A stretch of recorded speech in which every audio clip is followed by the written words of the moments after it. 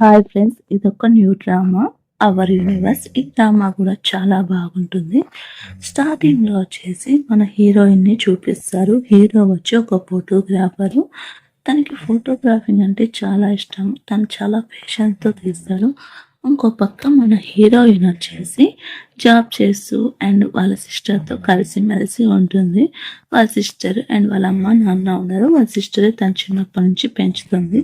ఇంకా తన సిస్టర్కి ఏం చేయాలనేది తను ఇష్టపడుతూ ఉంటుంది. తన మ్యారేజ్ అంటే ఒకప్పుడు ఇష్టపడి ఉంటుంది. ఇష్టపడి ఉంటే తన పేరు సన్భోజున్ను. తనకి ఇష్టం లేదు. ఇంకా వచ్చి ఇప్పుడు అయితే మ్యారేజ్ చేసుకోమని, నువ్వు గ్రాడ్యుయేట్ అయిపోయింది కదా, ఇప్పుడు మీ పెళ్ళికి నేను ఒప్పుకుంటున్నాను, మీరు తొందరగా పెళ్లి చేసుకొని మీ ఫ్యామిలీ ఎవరైనా ఉంటే ఇన్వైట్ చెయ్యి, మనం కలిసి చేసుకుందాము అనేసి ఇంకా హీరోయిన్ వాళ్ళ అక్క చెప్తుంది. తన పేరు సన్ను. తిను ఒక ఫోటోగ్రాఫరు.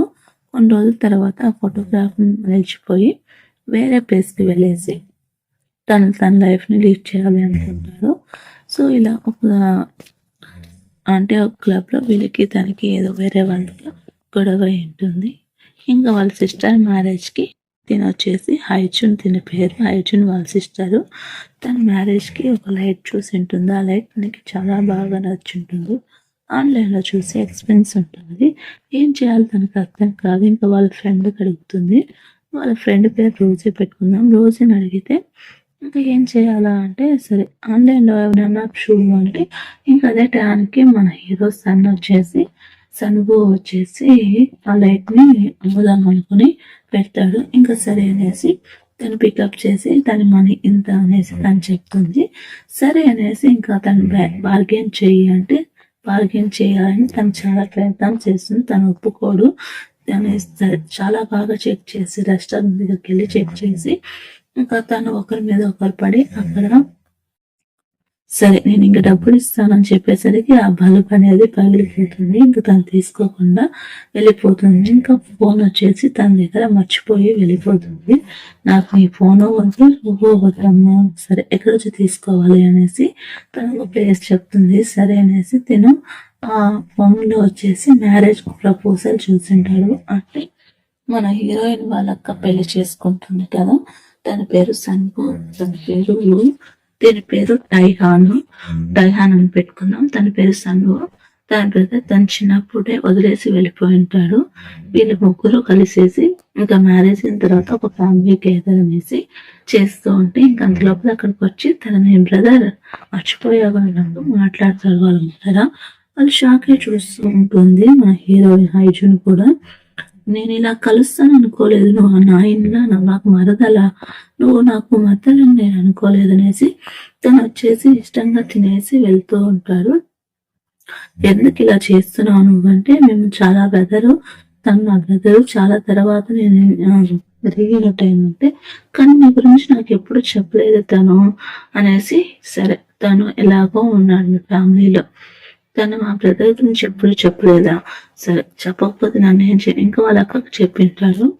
మీకు ఒక విషయం చెప్తాను వినండి, తను ఎక్కువ నమ్మొద్దండి, తను ఏదో ఒక రోజు వదిలేసి వెళ్ళే రకం, ఎందుకు చెప్తున్నాను అర్థం చేసుకోండి అనేసి.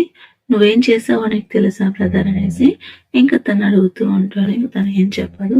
సీరియస్లీ సరే ఇప్పుడు బయటకు మాట్లాడదాము అంటే, నువ్వు తన గురించి చాలా మంచిగా అనుకుంటున్నావు, తను నమ్మద్దు ఎక్కువ, తను ఎప్పటికైనా వదిలేసి వెళ్ళిపోతాడు, ఎందుకు చెప్తున్నానో అర్థం చేసుకొనేసి తను చెప్పేసి వెళ్ళిపోతాడు.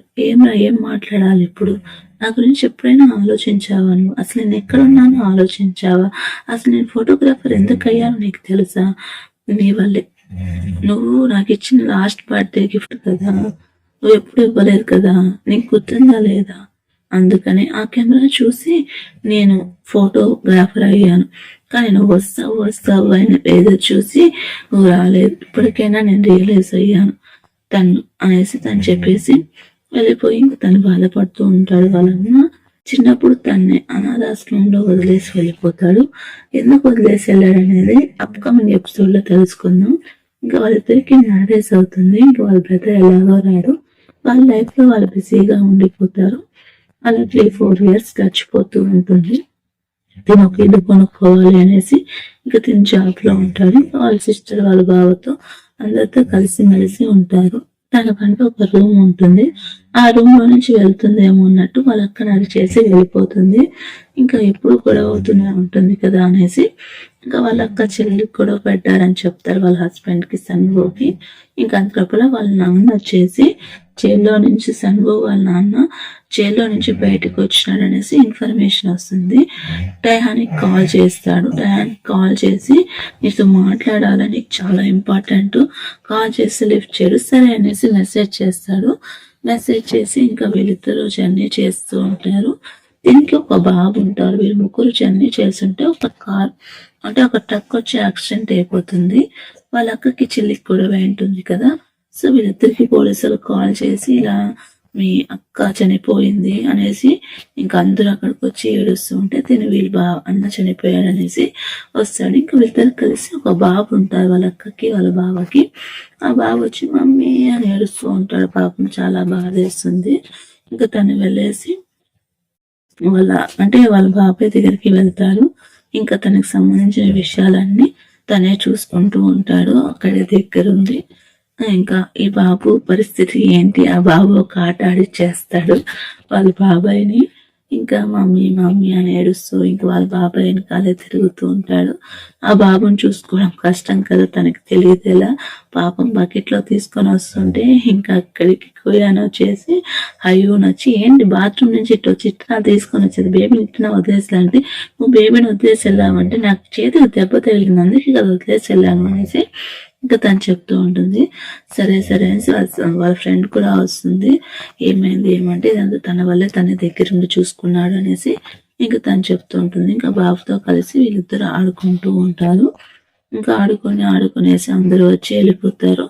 ఇంకా ఆ బాబు నేను చూసుకుంటావా అనేసి ఇంకా తను అడిగితే నేను చూసుకోను, నాకు ఇలాంటి రెస్పాన్సిబిలిటీ లేదు, తను ఎవరో నాకు తెలియదు, ఏదో వచ్చాను ఇన్వాల్వ్ అయ్యాను, వాళ్ళ తమ్ముడని వచ్చాను, తన రెస్పాన్సిబిలిటీ నేను తీసుకొని నాకు అవసరం లేదు అనేసి తను వెళ్ళిపోతాను. ఇంకా వాళ్ళ పిన్ని వచ్చేసి పాపం అట్టయ్య చూస్తూ ఉంటాడు.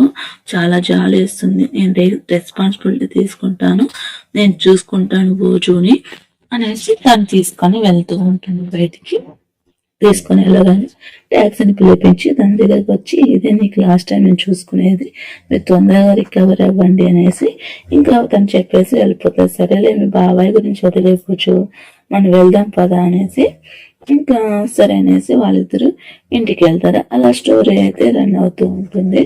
స్టోరీ అయితే చాలా బాగుంటుంది. మీకు ఈ వీడియో నచ్చితే ఒక లైక్ చేసి మన ఛానల్ని సబ్స్క్రైబ్ చేసుకోండి ఫ్రెండ్స్.